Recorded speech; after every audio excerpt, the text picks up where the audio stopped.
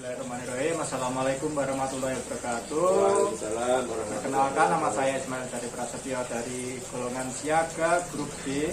Kali ini kita kedatangan tamu yang sangat fenomenal dari Warcap ya Pak. Warcap Solo, juga sebagai pengurus Pramuka Solo ya Pak. Nah, beliau adalah Pak Kak Sabari namanya. Ya, Sabari. Salam Pramuka. salam. Salam. Dari tanggal saya sudah masuk. Nah, ini Pak Kak Sabari dari Pangkalan SMP Tegalrejo. Nah, di sini saya akan mewawancarai beliau terkait dengan tugas, peran dan tanggung jawab serta postur pembina pramuka. Ya, Siap Kak Bari? ya. Ya. Nah, oke, yang pertama. Nah, ini sebagai pembina, itu tugas apa yang harus kita emban Pak sebagai pembina itu? Ya, siap. Ismail, untuk tugas pembina itu ada 4 ya, Pak. Oke. Yang pertama, memberikan pembinaan pada peserta didik. Oh, Kemudian yang kedua, menerapkan PDK dan MK siap, siap. dan kegiatan dasar kepada peserta pendidik dalam proses pembinaan di pangkalannya. Kemudian yang ketiga, memberikan pengayaan dengan perkembangan ilmu dan teknologi. Jadi sebagai pramuka itu harus mengikuti perkembangan ilmu dan teknologi. Kita boleh kudet ya Pak? Ya, siap. Kemudian nomor 4 adalah menghidupkan, kemudian membesarkan gugus depan di pangkalannya masing-masing.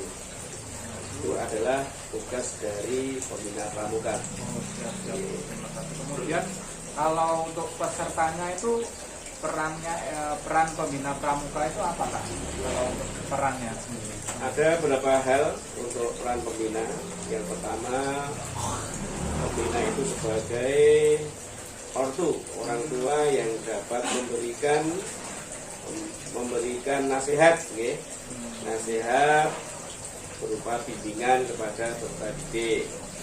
Yang kedua, sebagai guru yang mengajarkan berbagai keterampilan, berbagai ilmu tentang kepramukaan. Oh, Ya. siap, siap. Kemudian ada lagi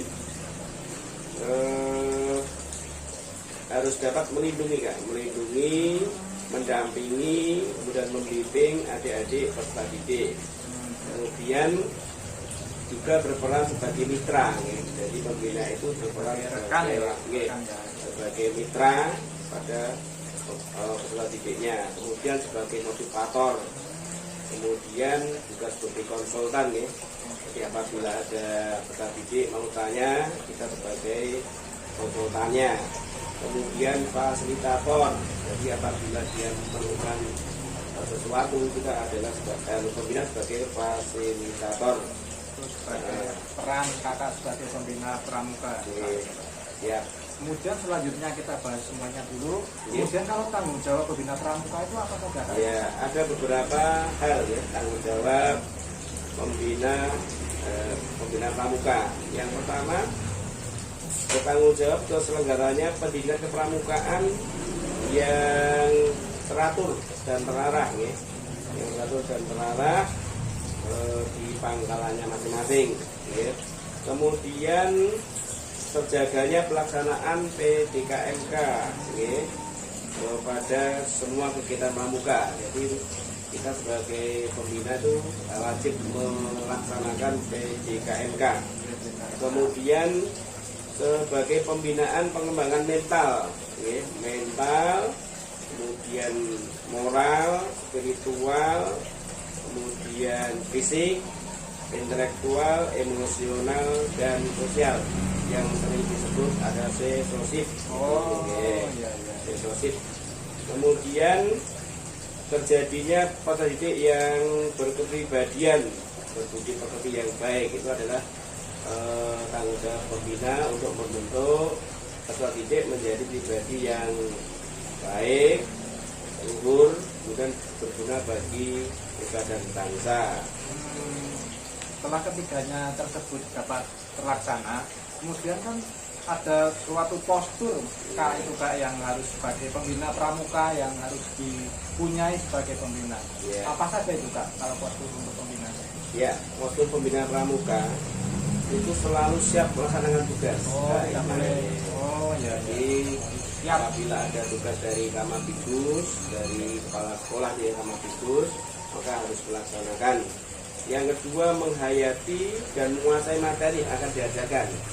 Jadi sebagai pembina itu harus menghayati, kemudian menguasai materi yang akan diajarkan.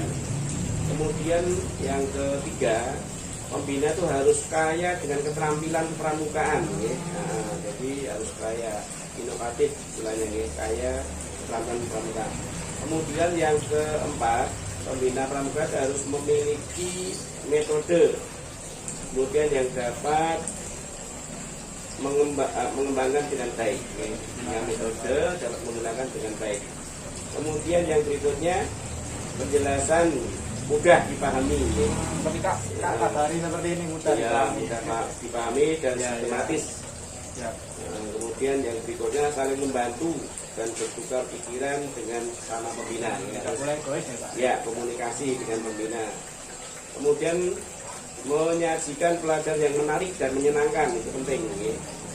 Kemudian mampu menciptakan suasana segar, produktif.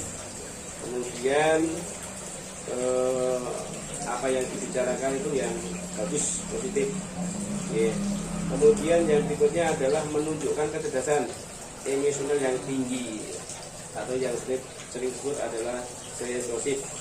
Kemudian ikhlas, bakti, bina bangsa, berbudi, bawa laksana. Ini sesuai isi dengan dasar dharma. Kemudian ada happy, ya, hating, helps. Kemudian intinya harus bisa menimbulkan peserta didik itu senang, Iya. bahagia. Kan tujuan akhir dari pramuka adalah hidup bahagia, mati Mandiri. bahagia, ya. Juga ya Pak.